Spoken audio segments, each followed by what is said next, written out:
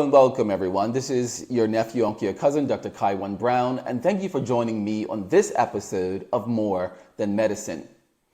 In this episode, we're going to explore real estate investing with the objective of understanding if this is a good or a bad investment. So before we get started, please don't forget to like, share, and subscribe, and click that notification bell down the bottom so you can be notified whenever I post any more content.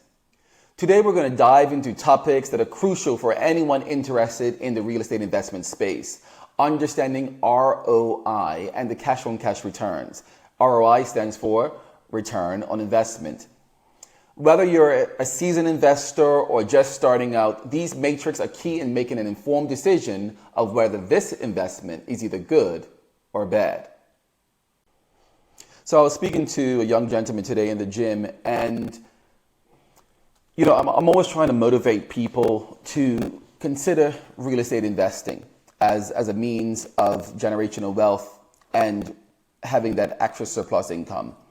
And the way we go about thinking about real estate as an investment vehicle is that having funds sitting in a bank account depreciating in value over time due to inflation is not ideal.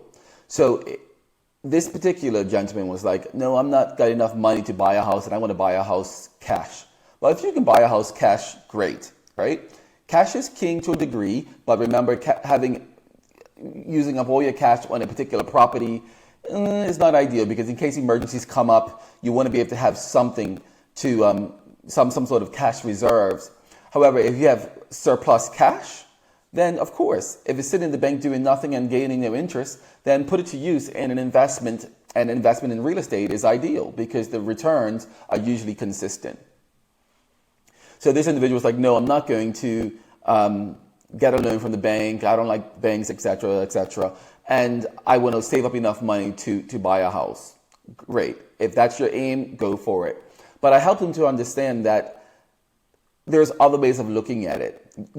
Some investors say, or some real estate investors say, never use your own money. You use the bank's money, right? Because if you used to buy a house and the mortgage payments were $1,000, but that property is generating $3,000 of income, then the $1,000 is going to the bank to pay the mortgage, and the $2,000 surplus is going into your pocket as surplus income. Or if you don't need a surplus income, or that you can just go ahead and put it on your mortgage and pay down your mortgage a lot faster. And so instead of 20 years, you can probably pay it down in 15 or less. So these types of concepts I want people to understand and to evolve. And borrowing and having debt is not a bad thing, as long as you're able to service the debt with ease. And most importantly, servicing it from the property, not from your rent, not from your paycheck. Serve it from the property. Let the property pay the mortgage. Let the property pay the bank. And that's the concept that I have done time and time again, and I have an extensive real estate portfolio. All right, let's go through some definitions. So ROI, return of an investment. So this is a fundamental concept in real estate. It measures the profitability of the investment as a percentage. Now, how I make this make sense for me is that if I have money just sitting in the bank making 0.0 nothing percent, then that money we're losing value of that money over time due to inflation. So real estate investing, especially if you're getting a good return on investment, actually is a good thing and helps to appreciate your money, and it's putting it to work, if you will. It's letting your money make money for you. And it's perpetual. It goes on and on and on for eternity, as long as the real estate investment is viable. So what is a good ROI? So any ROI above 4 to 5% is good, because that's more than what you're getting in the bank. And in some instances, you can get properties for 15, 16, 19% ROI, which is excellent. And especially in this real estate market, you can beat that sort of return on investment. As I mentioned before, I personally lost tons of money in trading stocks. And I don't think anything got me as good as 19% return on investment. So for real estate, it's constant. And you can't go wrong in that regards, but you have to find that good deal. So now let's look at cash on cash return. So this matrix focuses on the cash income earned on cash invested in the property, and is particularly useful in scenarios that involve borrowing funds. Let's say I'm going to buy a property for $200,000, which has a rental income of $370 per month. The annual insurance is $2,500. The general expenses for this property, like I'm paying for lights or paying for gardening, those types of things, is around about $2,000 a year. I want to know what's my return on investment. And this is for a cash-based purchase. And if you got the cash, use it by all means, because that money in the bank is not going to yield anything. So I just let ChatGPT do the work. So based on the analysis and the calculations, this cash on cash return is 19.84%. You can't beat that in the market. So if you had $200,000 just sitting there doing nothing in the bank, then put it into a real estate investment property and you would get 19% return year on year. Now, every year, if the property is not on rent control, you can consider doing slight incremental increases in the rent as per the inflation. And this percentage will just go up.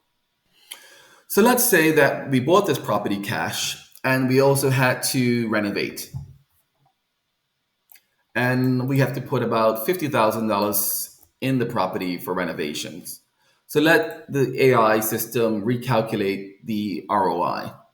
And once again, this is for a cash purchase. The ROI goes down to 15%. Still an excellent investment that you can't beat it in this particular market or on the stock market. Well, I never could have. So the real estate is always tried and consistent. So let's say we have to go get a mortgage and we want to calculate the cash on cash return and the ROI if I have to get a loan from bank for $200,000.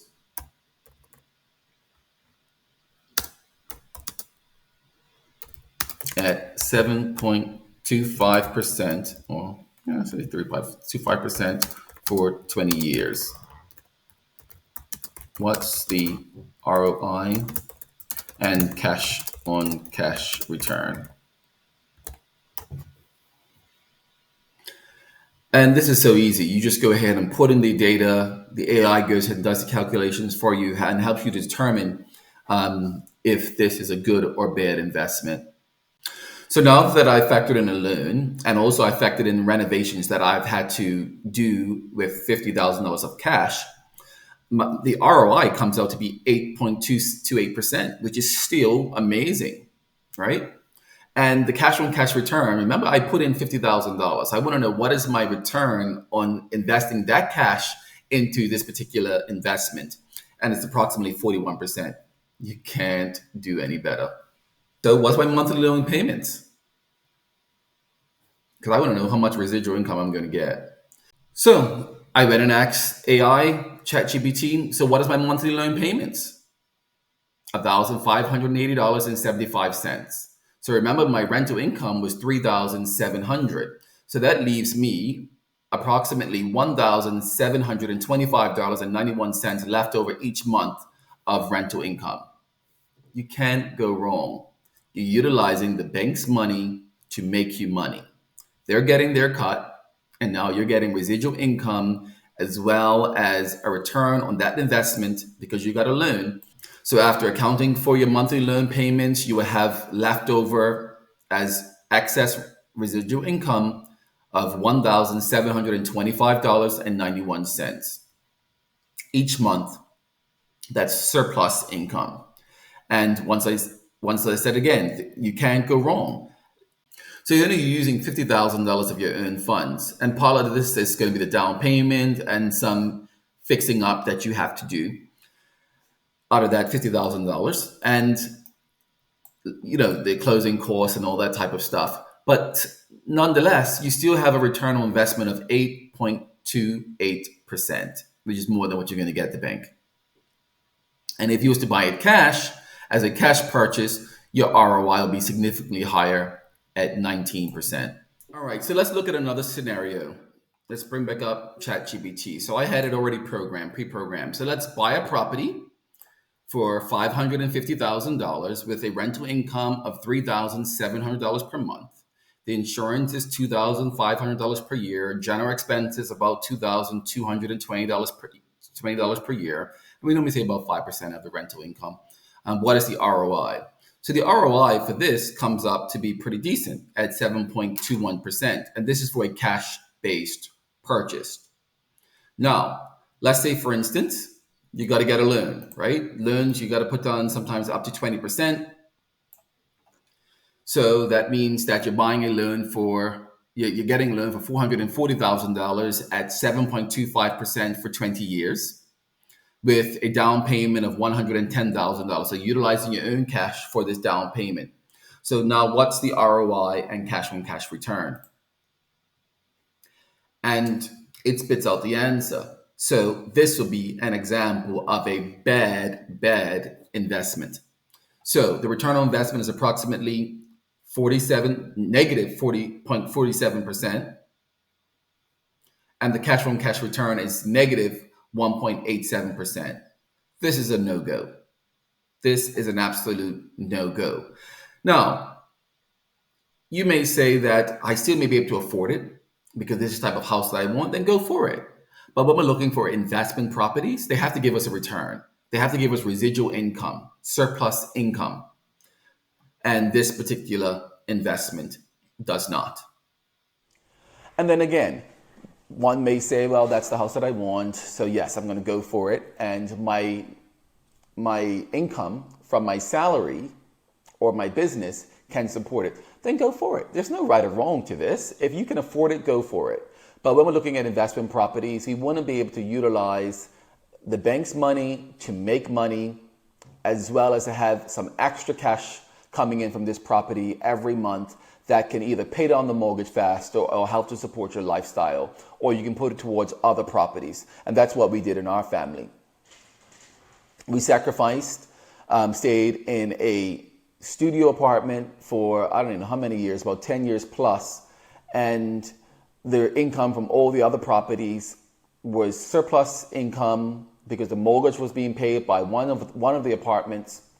And we just simply put that money in the bank every month and used it for down payments for other properties. And we did that time and time again. So there's no right or wrong. This is the philosophy that worked for me. Whether it works for you, only time will tell. So, once again, thank you for joining me on this episode of More Than Medicine, where we determine through utilizing the matrix of ROI on cash returns, you let ChatGPT do the calculations if this investment is either good or bad. Thank you, and join me on the next episode.